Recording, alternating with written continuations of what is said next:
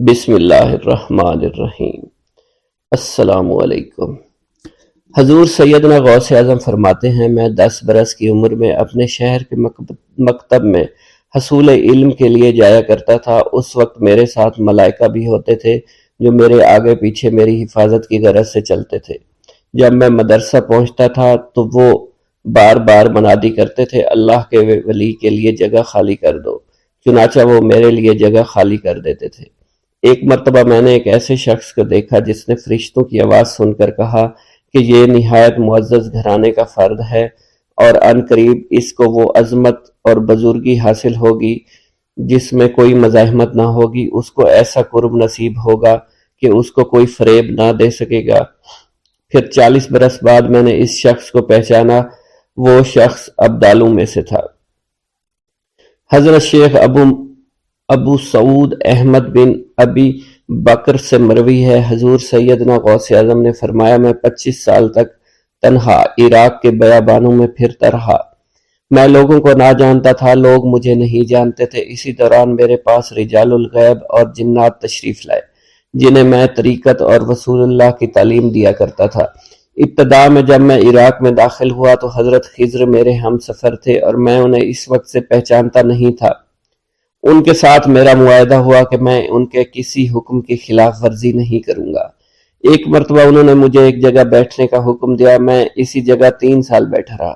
سال میں ایک مرتبہ حضرت خضر میرے پاس تشریف لاتے اور فرماتے، یہی تیرا مقام ہے جہاں تجھے پہنچایا گیا ہے۔ اس عرصہ کے دوران تمام نفسانی خواہشات مجھ پر انسانی شکل میں وارد ہوئیں، لیکن اللہ نے مجھے ہر موقع پر استقامت عطا فرمائی اور مجھے ان خرافات سے بچائے رکھا۔ ابتدا میں میرا نفس مجاہدہ کا کوئی طریقہ اختیار کرتا تو میں اس پر قائم ہو جایا کرتا تھا اور کسی چیز کو قبول نہیں کرتا تھا۔ ایک طویل مدت تک اپنا گلا گھونٹتے ہوئے میں نے مدائن کے جنگلوں میں مجاہدات میں مشغول رہا۔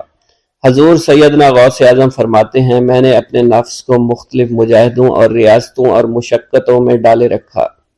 1 سال تک میں گری ہوئی چیزیں اٹھا کر کھاتا رہا، اسی دوسرے سال میں صرف پانی پر گزارا کرتا رہا اور تیسرے سال میں نے کچھ نہ کھایا اور نہ پیا نہ ہی سویا۔ ایک مرتبہ شدید سردی کی وجہ سے میں ایوان کسریٰ کے کھنڈرات میں سویا تو رات بھر میں 40 مرتبہ احتلام ہوا۔ میں نے ہر مرتبہ دریائے دجلہ پر جا کر غسل فرمایا، پھر نیند کے خوف سے محل کے اوپر ایک ویران جگہ پر چڑھ گیا اور وہاں 2 سال تک قیام کیا، حتیٰ کہ سردی کے سوا کوئی شے کھانے کو میسر نہیں تھی۔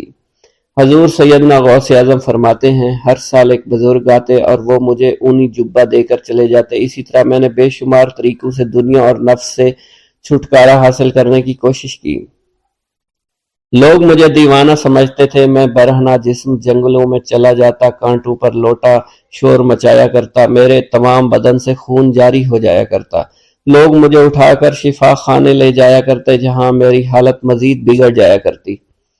ایک وقت ایسا آیا جب مجھ میں اور مردہ میں کوئی فرق نہ تھا۔ لوگ کفن لے آئے اور غسال کو بلوایا کہ وہ مجھے غسل دے۔ ابھی انہوں نے مجھے غسل دینے کے لیے ایک تختہ پر لٹایا، میری حالت درست ہو گئی، میں اٹھ کھڑا ہوا۔ طریقت کی ان پرخطر راہوں میں نہ تو میں کبھی خوف زدہ ہوا، نہ کبھی میرا نفس مجھ پر غالب پا سکا اور نہ ہی دنیا کی آسائش مجھے حیران کر سکی۔ حضور سید غوث اعظم فرماتے ہیں، شیطان نے میرے گرد بے شمار جال بچھائے۔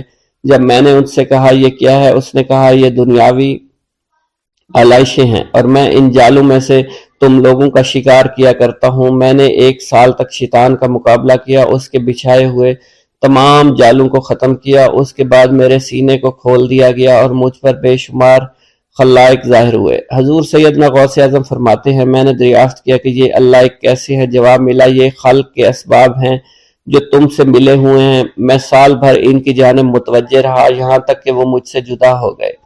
جب مجھ پر باطن ظاہر ہوا تو میں اپنے قلب کو بہت سے علائق سے ملوث پایا۔ میں نے دریافت کیا یہ علائق کیا ہیں؟ جواب ملا، یہ تمہارے ارادے، تمہارے اختیارات ہیں۔ چنانچہ 1 سال تک ان کی جانب متوجہ رہا یہاں تک کہ وہ سب علائق مجھ سے دور ہو گئے اور میرا قلب ان غلاظتوں سے نجات پا گیا۔ حضور سیدنا غوث اعظم فرماتے ہیں، پھر میں نے توکل کے دروازے پر آیا، میرا مقصد پورا ہو، لیکن جب میں توکل کے دروازے پر پہنچا بے شمار لوگ وہاں موجود تھے۔ میں ہجوم کو چیرتا بڑھا اور شکر کے دروازے پر پہنچ گیا۔ یہاں بھی لوگوں کا جمع غفیر موجود تھا، اسے بھی چیرتا آگے بڑھا اور مشاہدہ کے دروازے پر پہنچ گیا۔ یہاں پر موجود ہجوم کو بھی چیرتا ہوا اندر داخل ہوا، حتیٰ کہ سب سے آخر میں مجھے فقر کے دروازے پر لا دیا گیا۔ فقر کا دروازہ خالی تھا۔ جب میں اس دروازے میں داخل ہوا تو دیکھا جن جن چیزوں کو میں نے ترک کیا تھا وہ سب یہاں موجود تھی۔ یہاں مجھے ایک بہت بڑے روحانی خزانے کی فتوحات سے نوازا گیا۔ میرے لیے تمام دنیا کے خزانے کھول دیے گئے، مجھے روحانی عزت، دائمی غنا اور خالص آزادی عطا فرمائی گئی۔ میری تمام چیزیں جو میری ہستی اور میری صفات سب معدوم ہو گئی تھی، وہ میری ہستی کی جگہ کسی اور نے لے لی تھی۔ حضرت شیخ ابو سعید مخزومی نے حضور سیدنا غوث اعظم کو خرقہ خلافت سے نوازا اور فرمایا، اے عبد القادر، یہ وہ خرقہ ہے جو حضور نبی کریم صلی اللہ علیہ وسلم نے سیدنا علی المرتضیٰ کو عطا فرمایا۔ سیدنا علی المرتضیٰ نے یہ خرقہ خواجہ حسن بصری کو عطا فرمایا، جس سے ہوتا ہوا یہ مجھ تک پہنچا، اور یہ تمہاری امانت تھی جو میں نے تم تک پہنچا دی۔ حضور سیدنا غوث اعظم نے جب خرقہ مبارک کو زیب تن کیا تو آپ پر بے شمار انوار و تجلیات کی بارش ہونا شروع ہو گئی۔ میرا یہ قدم تمام اولیاء کرام کی گردن پر ہے۔ ایک مرتبہ محلہ حلبہ میں اپنے مہمان خانے میں واز فرماتے ہوئے حضور سیدنا غوث اعظم پر اچانک حالت کشف طاری ہوئی۔ آپ رحمت اللہ علیہ نے فرمایا، میرا یہ قدم ہر ولی اللہ کی گردن پر ہے۔ یہ ارشاد سن کر تمام اولیاء اللہ نے اپنی گردنیں جھکا دیں۔ صلحائے امت نے اس کی توضیح فرمائی ہے کہ آپ رحمت اللہ علیہ کے عہد مبارک اور بعد میں قیامت تک آپ کی عطا کے بغیر ولی اللہ ولایت کے درجے پر فائز نہیں ہو سکتا۔ سلطان الہند حضرت خواجہ معین الدین چشتی المعروف خواجہ غریب نواز اس وقت خراسان کے پہاڑوں پر مجاہدات میں مشغول تھے۔ انہوں نے بھی حضور سیدنا غوث اعظم کا ارشاد گرامی سن کر اپنی گردن جھکا دی اور یوں عرض گزار ہوئے، آپ کے قدمین شریفین میرے سر اور میرے آنکھوں پر ہیں۔ حضور سیدنا غوث اعظم فرماتے ہیں کہ میں 10 برس کی عمر میں اپنے شہر کے مکتب میں حصول علم کے لیے جایا کرتا تھا۔ اس وقت میرے ساتھ ملائکہ بھی ہوتے تھے جو میرے آگے پیچھے میری حفاظت کے لیے چلتے تھے۔ جب میں مدرسہ پہنچتا تو یہ منادی کرتے تھے، اللہ کے ولی کے لیے جگہ خالی کر دو، چنانچہ وہ میرے لیے جگہ خالی کر دیتے تھے۔ ایک مرتبہ میں نے ایک ایسے شخص کو دیکھا جس نے فرشتوں کی آواز سن کر کہا، جس میں کوئی مزاحمت نہ ہوگی، کہ یہ ایک نہایت معزز گھرانے کا فرد ہے اور عن قریب اس کو وہ عظمت حاصل ہوگی جس میں کوئی مزاحمت نہ ہوگی، اور اس کو ایسا قرب نصیب ہوگا کہ اس کو کوئی فریب نہ دے سکے گا۔ پھر 40 برس بعد میں نے اس شخص کو پہچانا، وہ شخص ابدالوں میں سے تھا۔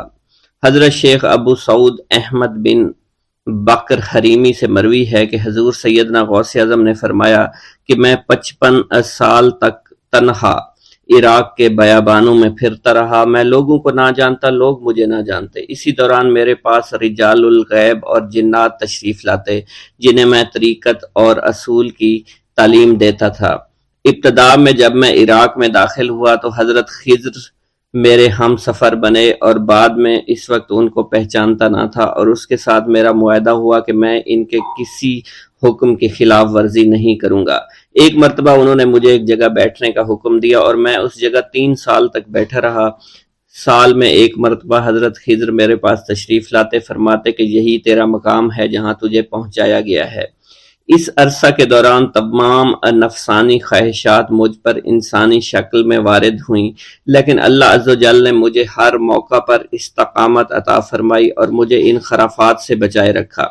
ابتدا میں میرا نفس مجاہدہ کا کوئی طریقہ اختیار کرتا تو میں اس پر قائم ہو جاتا اور کسی چیز کو قبول نہ کرتا تھا۔ ایک طویل مدت تک اپنا گلا گھونٹتے ہوئے میں مدائن کے جنگلوں میں مجاہدات میں مشغول رہا۔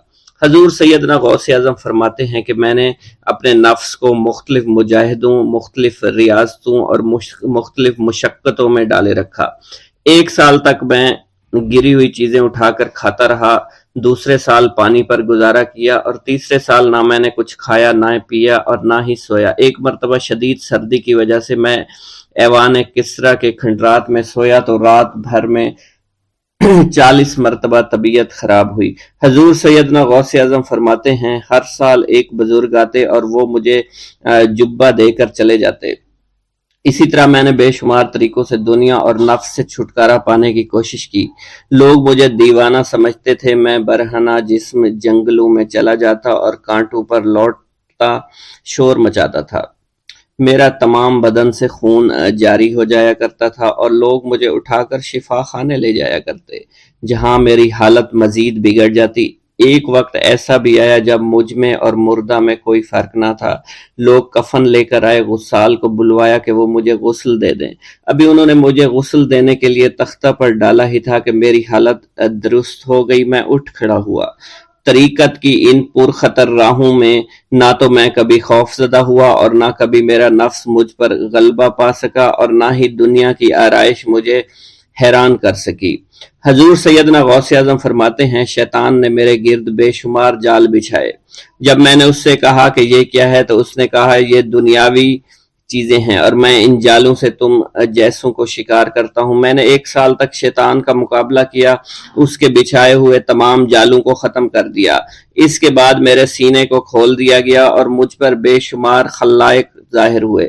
حضور سیدنا غوث اعظم فرماتے ہیں، میں نے دریافت کیا کہ یہ علائق کیسے ہیں؟ جواب ملا کہ یہ خلق کے اسباب ہیں جو تم سے ملے ہوئے ہیں۔ میں سال بھر ان کی جانب متوجہ رہا، یہاں تک کہ وہ مجھ سے جدا ہو گئے۔ جب مجھ پر میرا باطن ظاہر کیا گیا تو میں نے اپنے قلب کو بہت سے علائق سے ملوث پایا۔ میں نے دریافت کیا کہ یہ علائق کیا ہیں؟ جواب ملا، یہ تمہارے ارادے، تمہارے اختیارات ہیں۔ چنانچہ 1 سال تک ان کی جانب متوجہ رہا کہ وہ مجھ سے دور ہو گئے۔ میرا قلب ان تمام غلاظتوں سے نجات پا گیا۔ پھر مجھ پر میرے نفس کو ظاہر کیا گیا۔ میں نے اس کا مشاہدہ کیا، مجھے معلوم ہوا اس کے ساتھ کچھ امراض اور بھی ہیں اور نفس کی خواہشات زندہ ہیں۔ نفس کا شیطان سرکش ہے۔ چنانچہ میں نے سال بھر پھر توجہ دلائی اور میرے نفس کے تمام امراض سرے سے ہی ختم ہو گئے اور اس کے شیطان نے کلمہ پڑھ لیا اور پھر میرے تمام امور اللہ کے لیے ہو گئے اور میں اپنی ہستی سے باہر نکل آیا۔ حضور سیدنا غوث اعظم فرماتے ہیں، پھر میں توکل کے دروازے پر آیا تاکہ میرا مقصد پورا ہو، لیکن جب میں نے توکل کے دروازے پر پہنچا تو بے شمار لوگ موجود تھے۔ میں اس ہجوم کو چیرتا ہوا آگے بڑھا اور شکر کے دروازے پر پہنچ گیا۔ یہاں پر بھی لوگوں کا جمع غفیر موجود تھا، اسے بھی چیرتا ہوا آگے بڑھا اور مشاہدہ کے دروازے پر پہنچ گیا اور یہاں پر موجود ہجوم کو چیرتا ہوا اندر داخل ہوا، حتیٰ کہ سب سے آخر میں مجھے فقر کے دروازے پر لایا گیا۔ فقر کا دروازہ خالی تھا۔ جب اس دروازہ میں میں داخل ہوا تو دیکھا جن جن چیزوں کو میں نے ترک کیا تھا وہ سب یہاں موجود تھیں۔ یہاں مجھے ایک بہت بڑے روحانی خزانے کی فتوحات سے نوازا گیا اور میرے لیے تمام دنیا کے خزانے کھول دیے گئے۔ مجھے روحانی عزت، دائمی فنا اور خالص آزادی عطا فرمائی گئی۔ میری تمام چیزیں جو میری ہستی اور میری صفات سب معدوم ہو گئیں اور میری ہستی کی جگہ کسی اور نے لے لی۔ حضرت شیخ ابو سعید مخزومی نے حضور سیدنا غوث اعظم کو خرقہ خلافت سے نوازا اور فرمایا، اے عبد القادر، یہ وہ خرقہ ہے جو حضور نبی کریم صلی اللہ علیہ وسلم نے حضرت سیدنا علی المرتضیٰ کو عطا فرمایا، اور حضرت سیدنا علی المرتضیٰ نے یہ خرقہ حضرت خواجہ حسن بصری کو عطا فرمایا تھا، جس سے ہوتا ہوا یہ خرقہ مجھ تک پہنچا، اور یہ تمہاری امانت تھی جو میں نے تم تک آج پہنچا دی ہے۔ حضور سیدنا غوث اعظم نے جب خرقہ مبارک کو زیب تن کیا تو آپ پر بے شمار انوار و تجلیات کی بارش ہونا شروع ہو گئی۔ حضور سیدنا غوث اعظم نے حضرت شیخ ابو سعید مخزومی کے مدرسہ میں تدریسی فرائض سر انجام دینا شروع کر دیے۔ آپ کے لیے فی الحال تدریسی مصروفیات کے علاوہ کوئی کام نہ تھا۔ آپ کی شبانہ روز کی محنت سے آپ کے نام کا شعرہ کچھ ہی دنوں میں سارے بغداد میں پھیل گیا۔ طلبہ دور دراز کے علاقوں سے علم کے حصول کے لیے آنے لگے۔ طلبہ کی تعداد جب مزید بڑھنا شروع ہو گئی تو ارد گرد کے کئی مکانات کو خرید کر مدرسہ میں داخل کر لیا گیا۔ کتب سیر میں منقول ہے کہ 528 ہجری میں آپ مدرسہ نظامیہ کی وسیع عمارت تعمیر فرما چکے تھے۔ اس مدرسہ کی تعمیر میں آپ نے بحیثیت مزدور بھی حصہ لیا تھا۔ حضرت شیخ ابو الخشاب سے مروی ہے کہ میں جوانی میں جب علم نحو پڑھ رہا تھا تو لوگوں نے مجھے حضور سیدنا غوث اعظم کے پاس جانے کا مشورہ دیا، اور اس کی وجہ سے مجھے بھی اشتیاق ہوا کہ میں آپ کا واز سنوں۔ ایک مرتبہ کچھ لوگوں کے ہمراہ آپ کی مجلس میں دوستوں کے ہمراہ حاضر ہوا۔ آپ نے میری جانب توجہ کرتے ہوئے فرمایا، ہماری صحبت اختیار کر لو۔ چنانچہ میں نے آپ کے فرمان کے مطابق آپ کی صحبت کو اختیار کر لیا۔ آپ نے مجھے علم نحو کے علاوہ علوم عقلیہ اور تقلد حاصل کیے جس سے مجھے کوئی واقفیت پہلے نہیں تھی۔ 1 سال کے عرصہ میں آپ کی نظر کرم سے میں نے وہ علوم حاصل کر لیے جو گزشتہ اتنی عمر گزارنے کے باوجود بھی مجھے حاصل نہیں ہوئے تھے۔ منقول ہے حضرت شیخ بقا بن بطو، شیخ علی بن ہیتی اور شیخ کیلوی جب حضور سیدنا غوث اعظم کے مدرسہ میں آتے تو جھاڑو دیا کرتے تھے اور چھڑکاؤ کرتے تھے، لیکن آپ کی اجازت کے بغیر کبھی اندر داخل نہ ہوتے تھے۔ اجازت ملنے کے بعد آپ حضرات اندر داخل ہوتے اور اجازت ملنے پر ہی بیٹھتے تھے۔ آپ سے امان طلب کرتے اور امان مل جانے کے بعد مؤدب ہو کر بیٹھ جاتے۔ جس وقت آپ کہیں جانے کا ارادہ کرتے تو یہ حضرات سواری کے ہمراہ چلتے۔ آپ انہیں اس فعل سے منع فرمایا کرتے تھے اور کہتے تھے کہ ہمیں آپ کے ذریعے قرب الہی حاصل ہوا ہے۔ حضرت شیخ محمد قائل الادنیٰ سے مروی ہے کہ ایک مرتبہ حضور سیدنا غوث اعظم سے دریافت کیا گیا کہ آپ کی بزرگی اور عظمت کا راز کیا ہے۔ آپ نے فرمایا کہ میں کبھی جھوٹ نہیں بولتا اور کبھی کسی سے کذب بیانی نہیں کرتا۔ الغرض جب آپ نے عبادات اور ریاضات اور مجاہدات شاقہ کے بعد پورا تزکیہ نفس حاصل کر لیا تو حضرت شیخ ابو سعید مبارک مخرمی علیہ السلام سے بیعت کی اور ان کے حلقہ ارادت میں داخل ہو گئے۔ شیخ ابو سعید نے حضرت کو اپنے ہاتھ سے کھانا کھلایا۔ حضرت غوث اعظم رحمۃ اللہ علیہ فرماتے ہیں کہ جو لقمہ ان کے ہاتھ سے میرے شکم میں جاتا وہ میرے باطن میں ایک نور بھر دیتا تھا۔ پھر انہوں نے آپ کو خرقہ ولایت عطا کیا اور فرمایا کہ اے عبد القادر، یہ وہ خرقہ ہے جو جناب رسول خدا صلی اللہ علیہ وآلہ وسلم نے حضرت علی رضی اللہ تعالیٰ عنہ کو عطا فرمایا تھا اور ان سے حضرت حسن بصری رحمۃ اللہ علیہ کو ملا تھا اور ان سے دست بدست مجھ تک پہنچا ہے۔ اس خرقہ کے پہنتے ہی حضرت غوث العظم شیخ عبد القادر جیلانی پر بھی برکات اور تجلیات الہیہ نے ظہور کیا۔ شیخ ابو سعید موصوف الصدر لکھتے ہیں کہ ایک دوسرے سے تبرک حاصل کرنے کے لیے میں نے حضرت شیخ عبد القادر جیلانی کو اور انہوں نے مجھ کو خرقہ پہنایا۔ سیدنا محی الدین دستگیر عبد القادر شیخ جیلانی رحمۃ اللہ علیہ نہ صرف شیخ طریقت تھے بلکہ پوری طریقے سے اسلام کا جبہ پہنے ہوئے تھے۔ ان کے شیخ ابو حسن علی بن قریشی، ان کے شیخ ابو خرج اور ان کے شیخ ابو الفضل تھے۔ ان کے شیخ حسن بصری، ان کے حضرت علی مرزا کرم اللہ وجہہ اور ان کے حضور سرور کائنات صلی اللہ علیہ وآلہ وسلم تھے۔ حضرت غوث اعظم جیسا کہ بیان کیا جا چکا ہے طبعاً مخلوق اور ویرانہ پسند تھے، اس کے علاوہ گوشہ نشین بھی تھے۔ اس وقت بغداد میں خلفائے عباسیہ کا دورہ تھا۔ اہل زمانہ دنیا طلبی میں منہمک، عمرہ حکومت میں بدمست اور نشہ امارت میں سرشار تھے۔ طالب دنیا علماء نے اپنی اور دوسروں کی دنیا خراب کر رکھی تھی۔ جاہل صوفیہ نے طریقت کو شریعت سے علیحدہ کر رکھا تھا۔ چنانچہ اس سے متاثر ہو کر بہت سے علماء کرام وعظ و نصیحت اور دوسرے جو ہے خرافات میں پڑے ہوئے تھے۔ آپ نے اشاعت اسلام اور تجدید دین کا بیڑا اس وقت اٹھا لیا تھا۔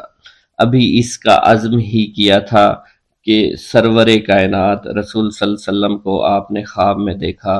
حضور نے فرمایا، اے عبد القادر، تم اللہ کی مخلوق کو گمراہی سے بچانے کے لیے وعظ و نصیحت اور پند و نصیحت کیوں نہیں کرتے؟ آپ نے عرض کی حضور میں ایک اجمی شخص ہوں، رب کے سامنے کس طرح اپنی زبان کھولوں؟ سرور کائنات نے فرمایا اپنا منہ کھولو۔ آپ نے منہ کھولا، حضور نے 7 بار اللعاب دہن آپ کے منہ میں لگایا اور فرمایا جاؤ تم واعظ و نصیحت کرو اور لوگوں کو اپنے رب کی طرف لاؤ۔ چنانچہ ظہر کی نماز پڑھ کر آپ بیٹھے تو خلقت آپ کے گرد جمع ہو گئی، آپ کچھ مرعوب سے ہو گئے۔ اسی اثنا میں آپ نے شیر خدا علی المرتضیٰ کو مجلس میں اپنے سامنے ایک کھڑا پایا۔ حضرت علی نے فرمایا اے عبد القادر، واز کیوں نہیں کرتے؟ آپ نے کہا ابا جان میں گھبرا گیا ہوں۔ حضرت علی نے فرمایا اپنا منہ کھولو۔ حضرت علی نے 6 مرتبہ اپنا لعاب دہن آپ کے منہ میں لگایا۔ آپ نے عرض کیا پورے 7 مرتبہ کیوں نہیں ڈالا؟ شیر خدا نے کہا کہ رسول خدا صلی اللہ علیہ وسلم کے ادب اور پاس کی وجہ سے میں ایسا نہیں کر سکتا۔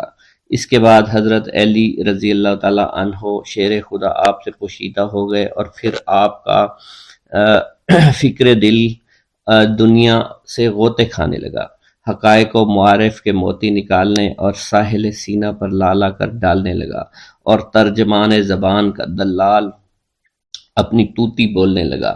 لوگ آ کر طاعت و عبادات کی گریہ نما اور بے بہار قیمتیں گزران ان کو خریدتے، خدا کے گھروں کو ذکر الہی سے منور کیا کرتے تھے۔ تھوڑے عرصے بعد اطراف و اکناف بغداد میں آپ کی بہت شہرت ہو گئی۔ آپ کی مجلس اور واعظ میں لوگ کثرت سے آنے لگے کہ مدرسہ کی جگہ ان کے لیے کافی نہ ہوتی تھی، اور تنگی کی وجہ سے لوگ مدرسہ کے باہر سڑک پر ہی بیٹھ جایا کرتے تھے۔ ہجوم کی کثرت کی وجہ سے امرائے شہر نے قرب و جوار کے مکانات کو شامل کر کے مدرسہ کو وسیع العریض کر دیا تھا۔ الغرض 28 ہجری میں یہ مدرسہ ایک عالی شان عمارت کی صورت میں بن کر تیار ہو گیا تھا۔ آپ نے نہایت جد و جہد کے ساتھ وعظ و تدریس اور افتاد کا کام شروع کر دیا۔ دور دراز ممالک کے لوگ آپ سے علوم شریعت و طریقت کے حصول کے لیے جوق در جوق آنا شروع ہو گئے۔ تھوڑے ہی عرصے میں علماء و صلحاء کی ایک بڑی جماعت آپ کے پاس تیار ہو گئی۔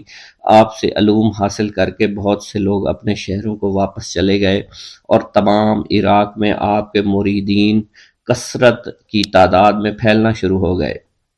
یوں تو آپ کے لاتعداد اور بے شمار تلامذہ تھے جنہوں نے آپ سے باقاعدہ علوم و شریعت و طریقت کی تعلیم حاصل کی، لیکن یہاں صرف ان چند مشاہیر کے اسماء گرامی بیان کیے دیتا ہوں۔ استاد میر محمد جیلانی، عبداللہ بطائمی، مکی بن عثمانی، محمد بن ابوالکلام، احمد بن اسماعیل۔ کچھ عرصہ بعد آپ کی شہرت وسیع اور عالمگیر ہو گئی۔ آپ کی عظمت و محبوبیت مخلوق کے قلوب میں گھر کر گئی۔ دور دراز سے کٹھن منزلیں طے کر کے لوگ آنے لگے اور آپ کی مجلس و واعظ میں شریک ہونے لگے۔ آپ کے صاحبزادہ حضرت شیخ عبد الوہاب رحمۃ اللہ علیہ بیان فرماتے ہیں کہ میرے والد ماجد واعظ سے پہلے خطبہ یوں شروع کیا کرتے تھے الحمدللہ رب العالمین، اور یہ آپ 3 دفعہ فرمایا کرتے تھے۔ اور بہت سے لوگ آپ کی مجلس اور واعظ میں شریک ہوا کرتے تھے۔ ایک روز حضور غوث سے مآب کی مجلس میں 10,000 کے قریب آدمی جمع تھے۔ شیخ علی بن ابی نصر بھی آپ کے سامنے بیٹھے تھے کہ یکا یک ان کو نیند آ گئی۔ حضور غوث اعظم نے لوگوں کو فرمایا کہ خاموش ہو جاؤ۔ یہ فرمانا ہی تھا کہ لوگ ایسے خاموش ہوئے اگر سوائے سانسوں کی کوئی آواز سنائی نہیں دیتی تھی۔ پھر حضور غوث ممبر سے اترے اور شیخ علی ابن نصر کے روبرو ادب سے کھڑے ہو گئے اور بغور ان کو دیکھنے لگے۔ کچھ دیر کے بعد شیخ علی رحمت اللہ علیہ جاگ اٹھے۔ حضور غوث پاک نے ان سے دریافت کیا کہ کیا آپ نے رسول خدا صلی اللہ علیہ وسلم کو خواب میں دیکھا ہے؟ شیخ نے جواب دیا ہاں۔ آپ نے فرمایا میں حضور صلی اللہ علیہ وسلم کے ادب کے لیے ہی کھڑا ہوا تھا۔ پھر حضرت غوث پاک رحمت اللہ علیہ نے پوچھا کہ حضور اکرم صلی اللہ علیہ وسلم آپ کو کوئی وصیت بھی فرمائی ہے؟ شیخ علی نے جواب دیا کہ آپ کی خدمت اقدس میں رہنے کی تلقین فرمائی ہے۔